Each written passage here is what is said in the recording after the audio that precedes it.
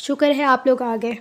پتہ نہیں یہ سر پھرا انسان کتنی دیر سے میرے سر کھا چکا ہے۔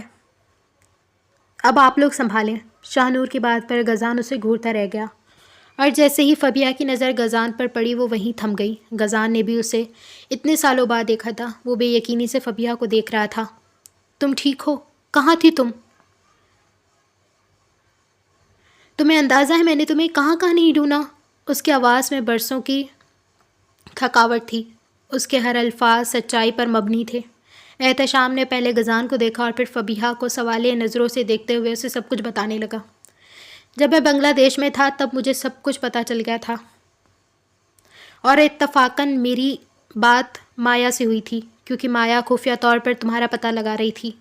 جب مجھے تمہاری حقیقت پتہ چلی تھی تو میں نے جیل والوں سے رابطہ کیا تھا۔ ان کا بتانا تھا کہ ایک لڑکی وہاں پہ مسلسل تمہیں ڈھونڈ رہی ہے، اور وہاں سے میں مایا سے ملا۔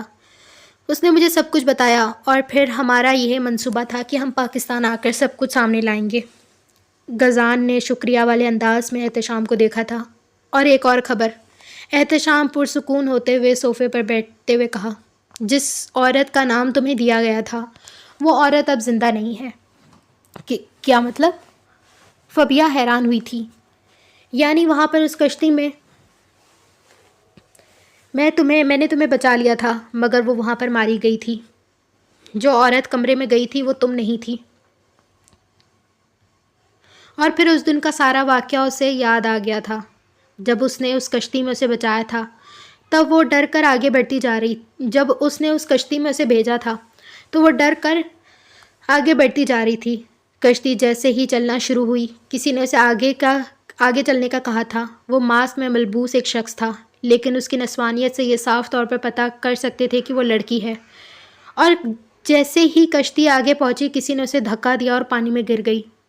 اس کے آگے کیا ہوا اسے کچھ بھی نہیں پتا۔ جب اس کی آنکھ کھلی تو وہ احتشام کے گھر پہ موجود تھی۔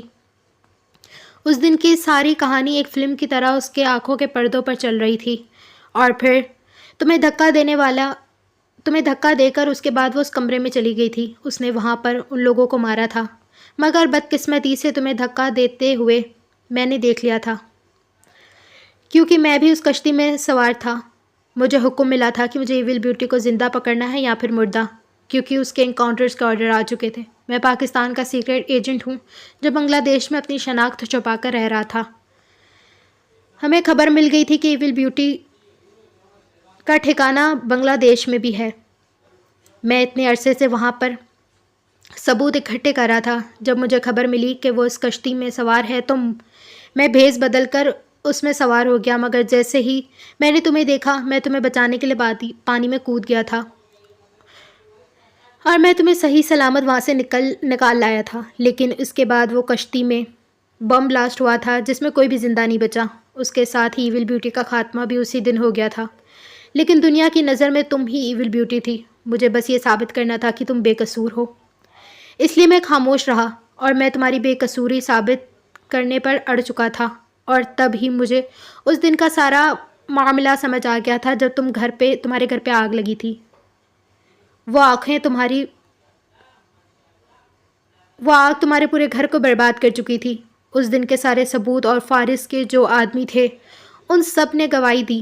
فارس وہاں پر آگ لگانے کی نیت سے گیا تھا، مگر خود ہی جل کر خاک ہو گیا۔ یہ ساری بات آفیسر حمدان اچھے سے جانتا تھا، کیونکہ فارس کا دور کا کزن تھا، لیکن وہ خاموش رہا۔ اس نے حیدر کی آنکھوں پر یقین کی پٹی باندھ دی تھی۔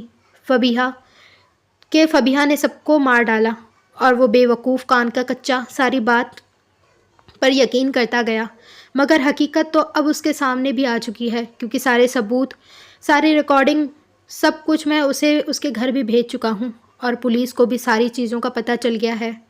اور اب رہی بلیک مانسٹر کی بات، تو جس کے کہنے پہ تم نے یہ سب کچھ کیا تھا، تو جیل میں آگ لگی تھی، جس آگ میں وہ جیل میں ہی راکھ ہو چکا ہے۔ سب کو پتہ ہے کہ یہ آگ کس نے لگوائی ہے، کیونکہ اس نے اپنے بہت کافی دشمن بنا لیے تھے، اور وہ لوگ اسی امید پہ تھے کہ کب اس سے جان چھڑوا سکیں، اور اس آگ میں وہ جل کر راکھ ہو چکا ہے۔ ساری باتوں کا خلاصہ یہ ہے کہ تم بے قصور ثابت ہو چکی ہو۔ تم نے کچھ بھی نہیں کیا، اور تم بالکل بے قصور ہو، اور آج مایا کو کہہ کر میں نے غزان کو ساری حقیقت بتا دی ہے اور یہاں پر وہ تمہارے سامنے موجود ہے۔ تو فبیہا فاروقی، بالآخر آپ بے قصور ثابت ہو چکی ہیں۔ وہ یہ ساری بات سن کر ہکا بکا کھڑی رہی۔ جو خود کو ابھی تک مجرم محسوس کر رہی تھی، وہ نہیں جانتی تھی کہ سامنے کھڑا شخص کب سے اسے بے قصور ثابت کرنے پر تلا ہوا تھا، اور بالآخر جو بات وہ اتنے سالوں سے لوگوں کو بتانا چاہتی تھی، اس شخص نے سب کو بتا دی تھی، اور آج وہ باعزت طور پر سرخرو ہو گئی تھی۔ احتشام، اس کی آواز میں دکھ زیادہ تھا۔ آپ کا بہت شکریہ۔ مجھے نہیں پتا کہ میں آپ کا شکریہ کیسے ادا کروں، مگر آپ نے میرے لیے جو کیا ہے بہت کیا ہے۔ اگر آپ اس دن مجھے نہ بچاتے تو میں ماری جاتی، لیکن نہ صرف آپ نے میری جان بچائی بلکہ آپ نے مجھے بے قصور ثابت کیا۔ آپ کا بہت شکریہ۔ مجھے نہیں سمجھ آ رہا کہ میں کیا کہوں۔ وہ شکر سے سجدے میں گر گئی تھی۔ اتنے سالوں کی تکلیف سے اس شخص نے اسے رہائی دے دی تھی۔ اور غزان، آپ کا بہت شکریہ، آپ نے بھی میرے لیے کم نہیں کیا۔ مجھے سمجھ نہیں آ رہا کہ آپ لوگوں کا شکریہ کیسے ادا کروں۔ مشکل وقت میں غزان، آپ نے میرا بہت ساتھ دیا تھا۔ جب میرے ساتھ کوئی بھی نہیں کھڑا تھا تب آپ میرے ساتھ تھے۔ وہ خوشی کے مارے ان دونوں کو دیکھ رہی تھی۔ چلو بھائی، اگر آپ لوگوں کی باتیں ختم ہو گئی ہوں تو کچھ کھا لیں، کیونکہ میں کھانا لگانے ہی لگی تھی مگر بن بلائے مہمان تشریف لے آئے۔ اور اس ایموشنل سین کو شاہ نور کی بات نے ختم کیا تھا۔ کیا مطلب؟ کیا آپ کے کان نہیں ہیں؟ ابھی احتشام نے کہا تھا کہ اس نے خود مجھے بلایا ہے، تو میں بن بلایا مہمان کیسے ہوا؟ غزان کو گویا افسوس ہوا تھا۔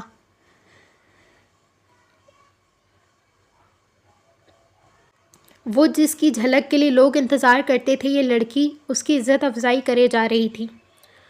اب وہ تو جیسے جس کی سوچ، میں کیا کر سکتے ہیں ہم؟ وہ شانے اچکا کر بولی تو بس اسے گھورتا رہ گیا۔ پوری آفت ہے یہ۔ او ہلو مسٹر، اگر میرے بارے میں کوئی کمنٹ پاس کیا نا تو یاد رکھیے گا میں بھی چپ رہنے والوں میں سے نہیں ہوں۔ اچھا، تو اتنی دیر سے تو بڑی خاموش تھیں آپ۔ جب سے آیا ہوں تب سے بولے ہی تو جا رہی ہیں آپ۔ ہاں تو میرا گھر ہے، میں بولوں گی، کیا کریں گے آپ؟ وہ بھی غصے میں آ گئی تھی۔ ابھی ان دونوں کی باتیں چل ہی رہی تھیں جب داخلی دروازے سے کچھ اور وجود داخل ہوئے، اور یہ اگلی خوشی کی خبر تھی جو ان سب کو ملنے والی تھی۔ نبیہہ؟ فبیہا بے یقینی سے اپنی بہن کو دیکھ رہی تھی۔ بے یقین تو نبیہہ بھی تھی۔ اسے تو حیدر یہ کہہ کر یہاں لایا تھا کہ مجھے تمہیں کچھ دکھانا ہے۔ وہ اتنے عرصے سے اسے نفرت کا دعویٰ کر رہی تھی، نہ چاہتے ہوئے بھی اس کے ساتھ چلی آئی، اور یہاں کا منظر دیکھ کر وہ حیران ہی رہ گئی تھی۔ چلو بھائی، آج تو کھانا گیا، شاہ نور ٹیبل پر رکھے کھانے کو افسوس سے دیکھتے ہوئے کہہ رہی تھی، اور اس کے افسوس بھری نظروں پر غزان کھل کے مسکرایا تھا۔ ابھی تو صبر کرو، سین کو اور لمبا کھینچوں گا۔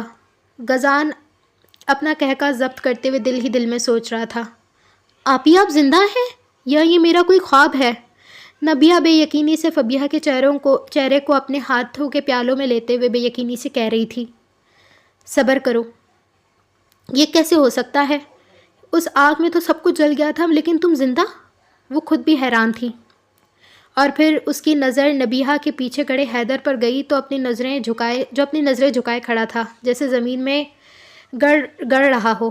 نبیہہ نے جب سب کچھ حقیقت بتائی تو بے اختیار فبیہا نے اللہ کا شکر ادا کیا تھا، اور جب نکاح کا بتایا تو سب نے بے یقینی سے حیدر کو دیکھا تھا۔ حیدر اپنی ہمت جمع کرتے ہوئے آگے بڑھا اور فبیہا کے سامنے کھڑا ہو گیا۔ مجھے معاف کر دو، میری غلطی ہے، میری وجہ سے تم نے اپنے سب پیاروں کو کھو دیا۔ مجھے نہیں سمجھ آ رہا کہ میں تمہارے سامنے کھڑے ہو کر کیا کہوں۔ مجھے پتا ہے کہ میں معافی کے قابل نہیں ہوں، لیکن کوشش کرنا کہ مجھے معاف کر دو۔ اتنے عرصے سے ضمیر کے بوجھ کے نیچے دبا ہوا ہوں، اب مجھ سے برداشت نہیں ہو رہا، خدا کے لیے مجھے معاف کر دو۔ حیدر کا بس نہیں چل رہا تھا کہ اس کے پیروں میں پڑ جانے لگے۔ فبیہا نے اپنی بھیگی نظروں اٹھا کر اپنی بہن نبیہہ کو دیکھا تھا۔ وہ اپنی بہن کے لیے بہت خوش تھی، اور پھر اپنی بہن کی خاطر اس نے اس شخص کو معاف کر دیا تھا، کیونکہ وہاں پر بھی اس کے دل میں اس شخص کے لیے کوئی جذبات نہیں تھے۔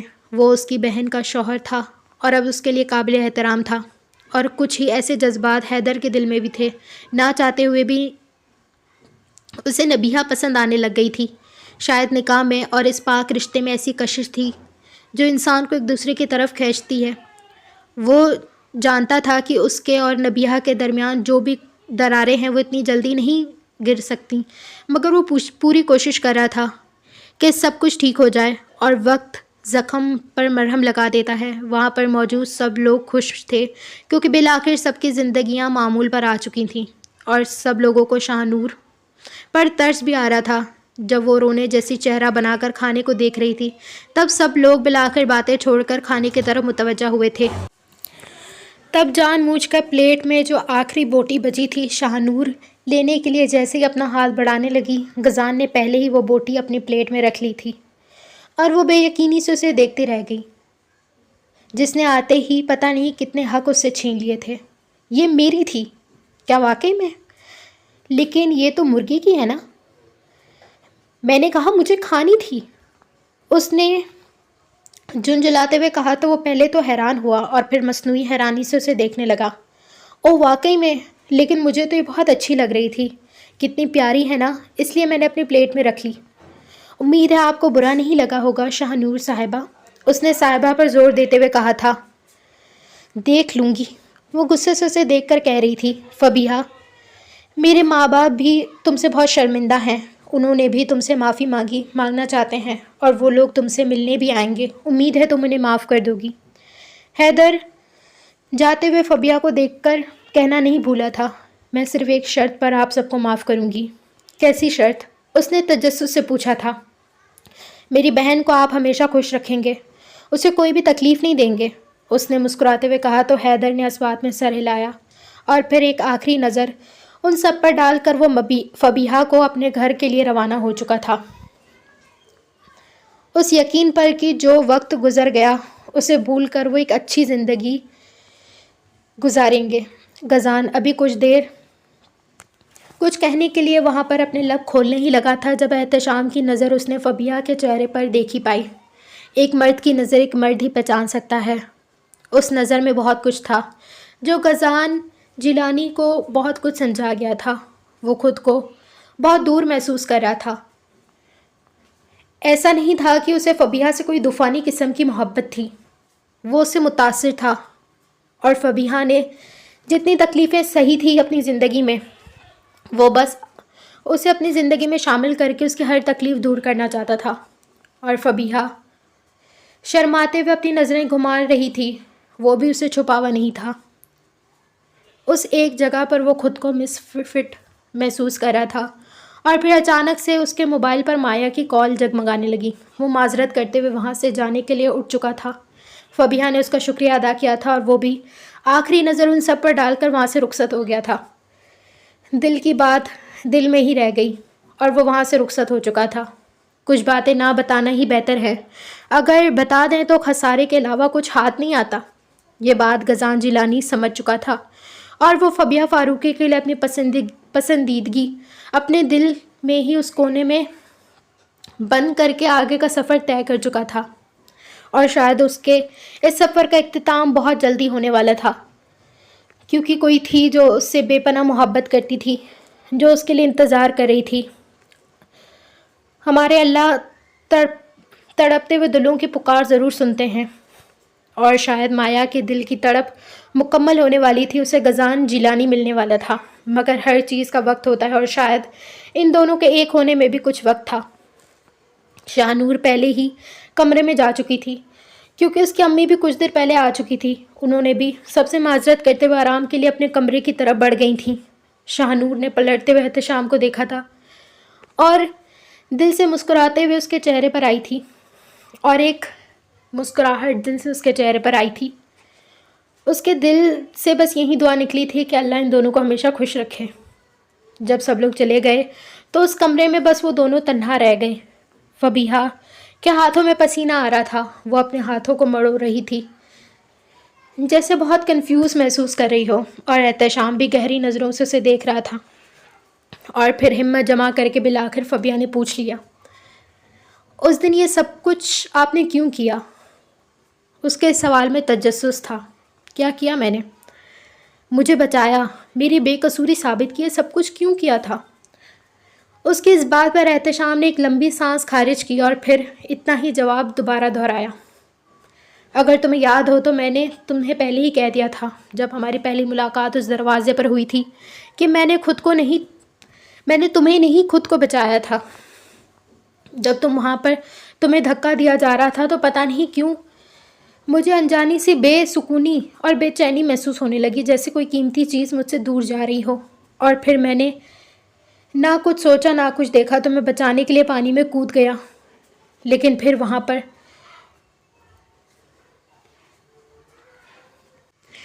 لے گیا اور پھر وہاں سے تمہیں بچا لیا۔ ہر وقت میرے ذہن پر سے تم ہی سوار رہی، صرف تمہارا چہرہ، تمہاری وہ آخری نظر جب تم ایول بیوٹی کو دیکھتے ہوئے منت بھری نظروں سے دور دور دیکھ رہی تھی کہ شاید تمہیں کوئی بچا لے، اور اس بے بس تڑپ میں مجھے تمہاری طرف مائل کر دیا تھا۔ اور پھر مجھے کب سے تم سے محبت ہے یہ مجھے بھی نہیں پتا، لیکن احتشام آفندی کے لیے تم بہت خاص ہو۔ ہر چیز، ہر انسان، حتیٰ کہ دنیا سے بھی تم میرے لیے ضروری ہو۔ مجھے نہیں پتا میں تمہارے لیے ٹھیک ہوں یا نہیں، لیکن میں چاہتا ہوں جب اتنا سفر ہم دونوں نے ساتھ طے کیا ہے تو آگے کا سفر بھی ہم دونوں ساتھ رہیں۔ وہ اپنا ہاتھ فبیہا کی طرف بڑھاتے ہوئے کہہ رہا تھا۔ فبیہا تو اس کے اعتراف محبت پر شرمانے لگی۔ اس کے اندر بھی تو بہت کچھ تھا، مگر وہ اس ڈر میں نہیں بتا رہی تھی کہ پتہ نہیں وہ کیا سوچے۔ آج جب اس نے خود ہی اقرار کر دیا تھا کہ وہ کیسے انکار کرتی۔ زندگی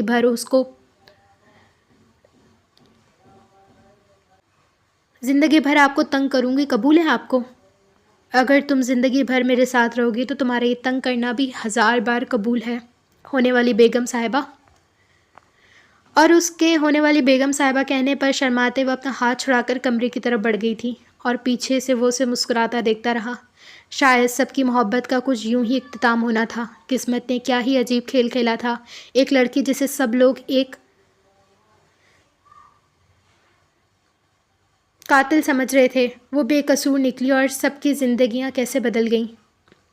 اس کی زندگی میں احتشام کا آنا اور اس کو بے قصور ثابت کرنا، اس کے لیے اپنی پوری کوشش کرنا، اور بالآخر اس نے اپنی محبت کو جیت لیا تھا۔ شاید یہیں اختتام ہونا تھا فبیہا فاروقی اور احتشام آفندی کی کہانی کا۔